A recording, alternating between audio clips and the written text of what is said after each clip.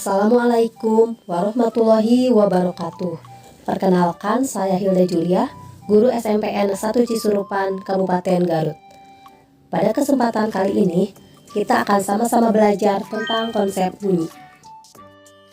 Sebelum kita belajar, marilah kita berdoa terlebih dahulu. Rabbi zidni ilman warzuqni fahman waj'alni minas sholihin.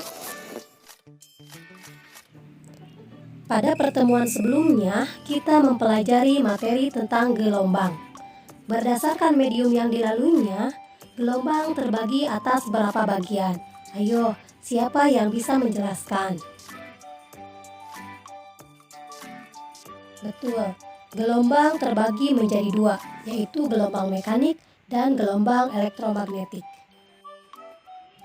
Siapa yang bisa memberikan contoh gelombang mekanik? Ya, terima kasih. Contoh gelombang mekanik adalah gelombang air, gelombang bunyi, dan gelombang pada tali. Dalam kehidupan sehari-hari, seringkali kita mendengar burung berkicau. Kucing mengeong, ayam berkokok, suara klakson mobil, suara kereta api,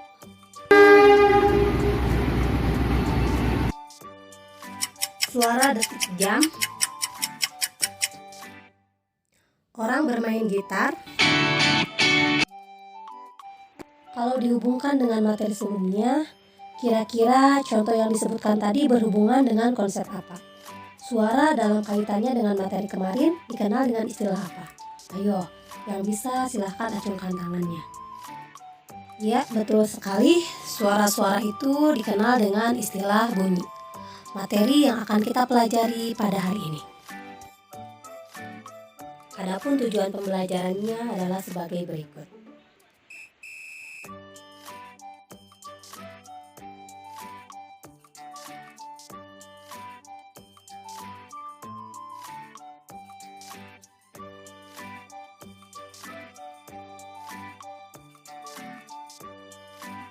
Coba letakkan jari tanganmu tepat di daerah pita suara berada.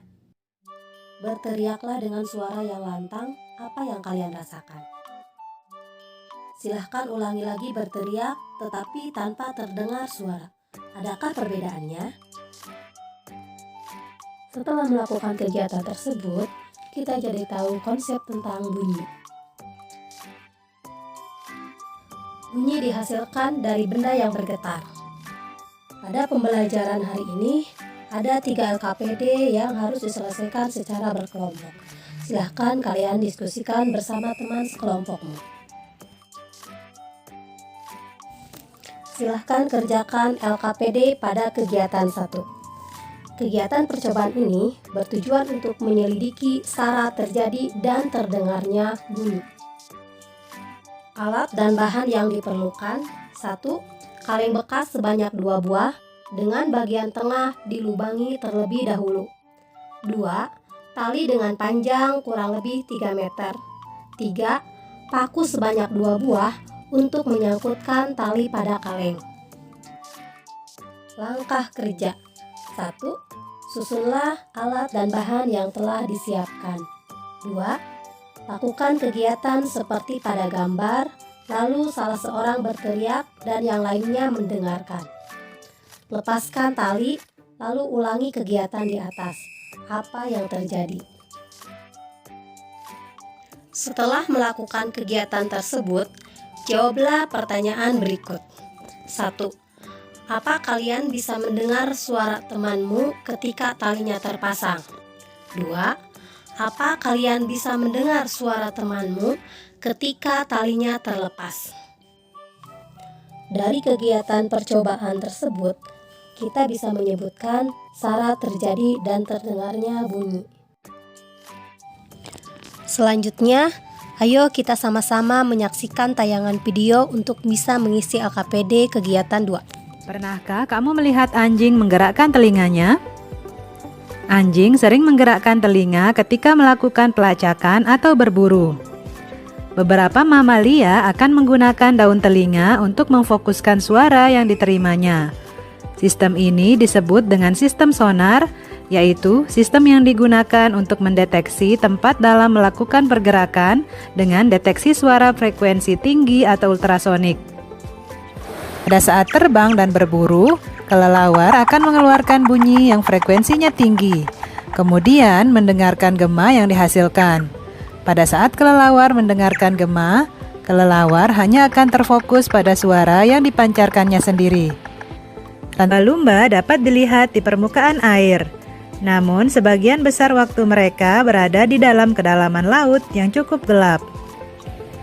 Sekalipun hidup di kedalaman laut, lumba-lumba mempunyai sistem yang memungkinkannya untuk berkomunikasi dan menerima rangsangan, yaitu sistem sonar. Sama seperti kelelawar, sistem ini berguna untuk mengindrai benda-benda di lautan, mencari makan, dan berkomunikasi. Setelah mengamati tayangan video tadi, silahkan kerjakan LKPD kegiatan 2. Tujuan dari LKPD ini adalah untuk menguraikan jenis-jenis bunyi berdasarkan frekuensinya.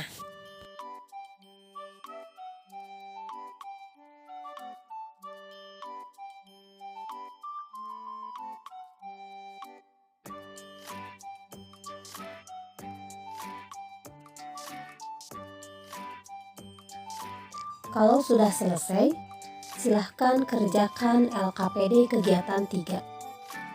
Tujuan dari LKPD ini yaitu untuk menganalisis hukum pemantulan bunyi.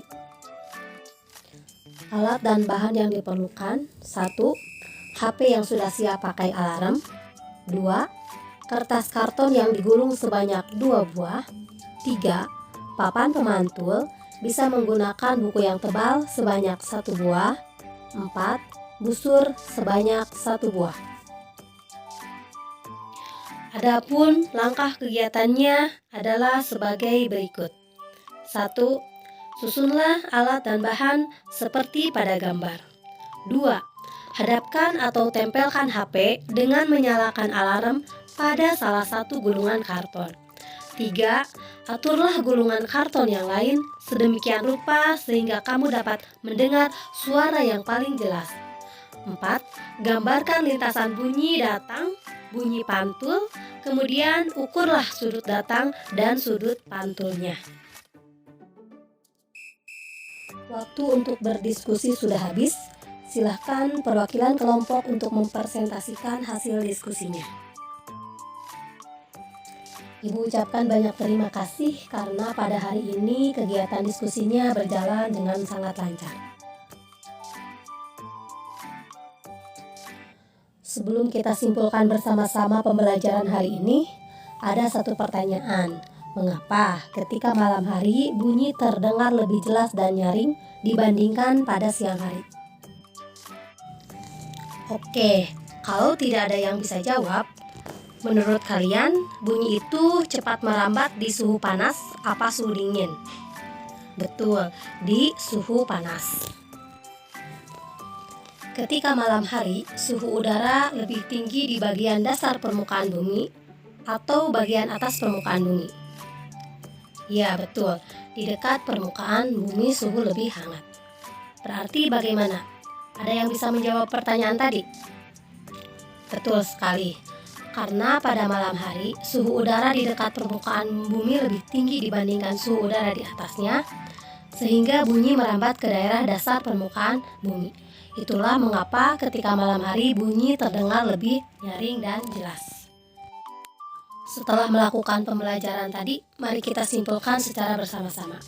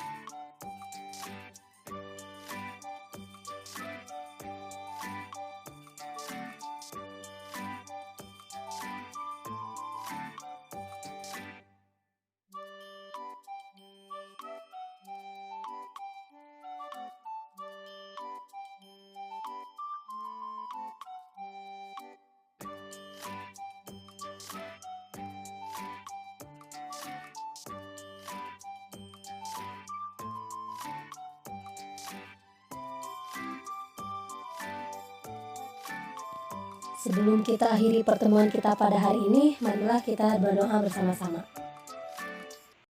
Allahumma arinal haqqo haqqo warzuqna tiba'ah wa arinal batila batila warzuqna ijtinabah.